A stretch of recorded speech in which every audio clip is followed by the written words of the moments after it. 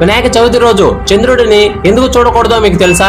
వినాయకుడు బొజ్జ నిండా కుడుములు, రకరకాల పిండి వంటలు, ఉండ్రాలు తిని మరికొన్ని చేతిలో పట్టుకొని భుక్తాయాసంతో ఇంటికి చేరుకున్నాడు. తల్లిదండ్రులైన శివ పార్వతులకు నమస్కరిద్దామని వంగడానికి ప్రయత్నించాడు. కానీ పొట్ట బిర్రుగా ఉండడం వల్ల వంగలేక అవస్థలు పడడంతో శివుడు తల మీద ఉన్న చంద్రుడు అది చూసి పకపకా నవ్వాడు. వినాయకుడికి చంద్రుడి ఎగతాళి చాలా కోపం తెప్పించింది. విఘ్నేశ్వరుడు తన కోపాన్ని అదుపు చేసుకోలేక వెంటనే చంద్రుడిని ఇలా శపించాడు. ఓ చంద్రుడా, నా రూపం చూసి వెక్కిరించినందుకు ఎవరైతే నిన్ను చూస్తారో వారికి సమాజంలో అపవాదులు, నిందలు తప్పవు. వారిపై లేనిపోని అపరాధాలు మోపబడతాయి. ఇకపై ఎవరు నిన్ను చూడకుండా ఉంటారు అని శపించాడు. ఈ శాపానికి భయపడిన చంద్రుడు గణపతిని వేడుకున్నాడు. తన తప్పు తెలుసుకుని క్షమించమని కోరాడు. అప్పుడు గణపతి శాంతించి, సరే చంద్రుడా, నా శాపాన్ని పూర్తిగా తొలగించను, కానీ భాద్రపద చతుర్థి రోజుకు మాత్రం శాపం వర్తిస్తుందని అన్నాడు.